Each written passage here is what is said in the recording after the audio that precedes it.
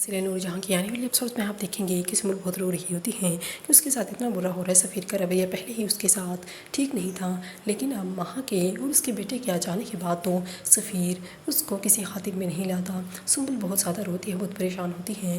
اب سفیر بھی کہتا ہے جو تم کر رہی ہو، تمہیں اس گھر سے جانا ہے۔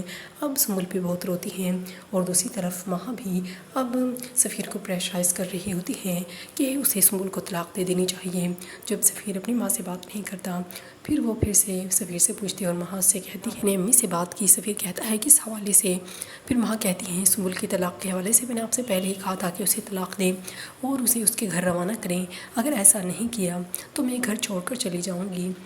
اور دوسری طرف سنبل جو نور جہاں سے کہتی ہیں کہ وہ گھر سے نکلنا چاہتی ہیں، تو نور جہاں کہتی ہے تم جانتی نہیں ہو کہ باہر کتنی مشکل اور کتنی دشواری ہے، گھر سے باہر نکلتے ہوئے تو اچھے اچھوں کے پسینے چھوٹ جاتے ہیں۔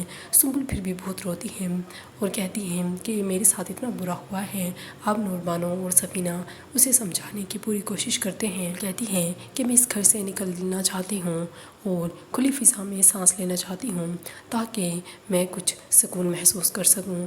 اب سفینہ اسے کہتی ہیں کہ تمہیں یہ سب کرنا ہے تو تمہیں نور جہاں کے سامنے کھڑا ہونا ہوگا اور اسے اپنی یہ بات کہنی ہوگی۔ اب نوربانو بھی اسے سوال کرتی ہیں تو آپ بتائیں آپ نے کیا فیصلہ کیا ہے، کیا آپ اپنی جسٹیفیکیشن نور جہاں کے سامنے پیش کر سکیں گی؟